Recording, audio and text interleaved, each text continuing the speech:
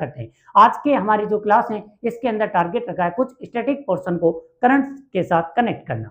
तो देखते हैं, सबसे पहले हम बात करते हैं आर्टिकल 63 की। आर्टिकल 63 कहता है कि भारत के उपराष्ट्रपति का कार्यकाल 5 वर्ष होगा, यानी राष्ट्रपति का कार्यकाल दे रखा है, उपराष्ट्रपति का कार्यकाल वो होता है 5 वर्ष। लेकिन साथ में ये भी बताया गया है कि अगर उपराष्ट्रपति चाहे तो राष्ट्रपति को, हालांकि ये राज्यसभा के प्रधान सभापति होते हैं, लेकिन ये इस्तीफा उपसभापति को देने की बजाय राष्ट्रपति उपराष्ट्रपति होने की वजह से भारत के राष्ट्रपति को देंगे। और ऐसा करते हुए हमारे 14वें जो राष्ट्रपति हुआ थे जगदीप धनखड़ जी, उन्होंने अपना इस्तीफा राष्ट्रपति को दे दिया। जैसे ही राष्ट्रपति को इस्तीफा दिया तो आर्टिकल 68 का जो सब क्लॉज 2 है ये क्या कहता है, यदि उपराष्ट्रपति का पद खाली हो जाता है तो संसद यथाशीघ्र नए उपराष्ट्रपति का चुनाव करवाएगी। यहाँ पर शब्द यथाशीघ्र यूज हुआ है, जिसके लिए इंग्लिश टर्म होगा as soon as possible accept, यानी कि एज सोन एज पॉसिबल लिखा गया है। अगर राष्ट्रपति का पद खाली होता तो हमें 6 माह के भीतर नए राष्ट्रपति का चुनाव करवाना होता, लेकिन उपराष्ट्रपति के लिए 6 माह की कोई अवधि नहीं है। शब्द यूज हुआ है यथाशीघ्र, एज सोन एज पॉसिबल। तो आर्टिकल 68 के तहत भारत की संसद ने सितंबर के अंदर उपराष्ट्रपति का फिर से चुनाव करवाया। इस चुनाव के लिए जो उम्मीदवार खड़े होते हैं उनके लिए शर्त क्या रखी गई है, उम्मीदवारी के लिए आपके पास 20 होने चाहिए प्रस्तावक, राष्ट्रपति में ये 50 है, और 20 होने चाहिए अनुमोदक, राष्ट्रपति में ये फिर से 50 है। तो 50 प्रस्तावक होने चाहिए जो उम्मीदवारी का दावा करते हैं, 50 ऐसे सदस्य, 20 ऐसे सदस्य होने चाहिए जो आपको सदन के अंदर उम्मीदवारी के समर्थन में खड़े हो, और आपको जमानत राशि 15,000 रुपए जमा करवानी होगी। और 15,000 रुपए के बाद आपको एक निश्चित कोटा प्राप्त करना होगा। अगर आप निश्चित कोटे में वोट नहीं प्राप्त करते हो तो आपकी जमानत राशि जब्त कर ली जाएगी। ठीक है, उसके बाद बात करते हैं 15वें उपराष्ट्रपति कौन बने, राधाकृष्णन जी बने।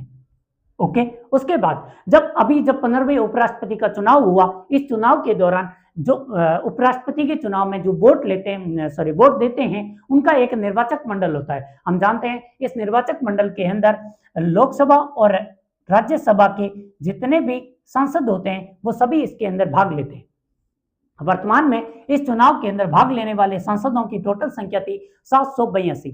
इन 782 लोगों ने वोट दिया उपराष्ट्रपति के लिए, और जिन्होंने उम्मीदवारी के लिए जो 2 व्यक्ति खड़े थे उनमें एक तरफ थे राधाकृष्णन जी जिन्होंने बीजेपी की तरफ से वोट उम्मीदवारी की, और दूसरी तरफ थे सुदर्शन रेड्डी जिन्होंने महागठबंधन की तरफ से उम्मीदवारी की।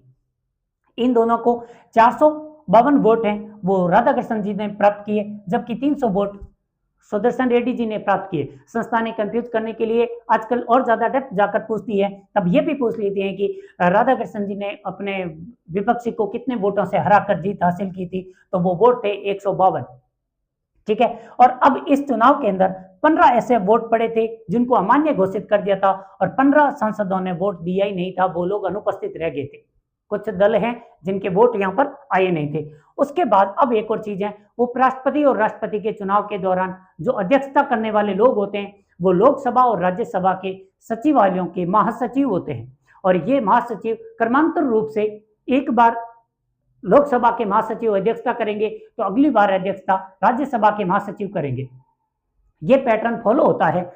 तो इस पैटर्न के तहत जो हमेशा अध्यक्षता तो करते हैं लोकसभा और राज्यसभा के जो महासचिव होते हैं वो, और इस बार जब अभी राधाकृष्णन जी वाला चुनाव हुआ, इस चुनाव के दौरान चुनाव की अध्यक्षता करने वाले, निगरानी करने वाले जो निर्वाचक अधिकारी थे उन जो वो थे लोकसभा हमारे राज्यसभा के महासचिव, और जिनका नाम है पीसी मोदी। तो पीसी मोदी राज्यसभा के महासचिव हैं, 2021 से ये इस पद पर हैं। और वैसे ही लोकसभा के जो वर्तमान में महासचिव हैं उनका नाम है उत्पल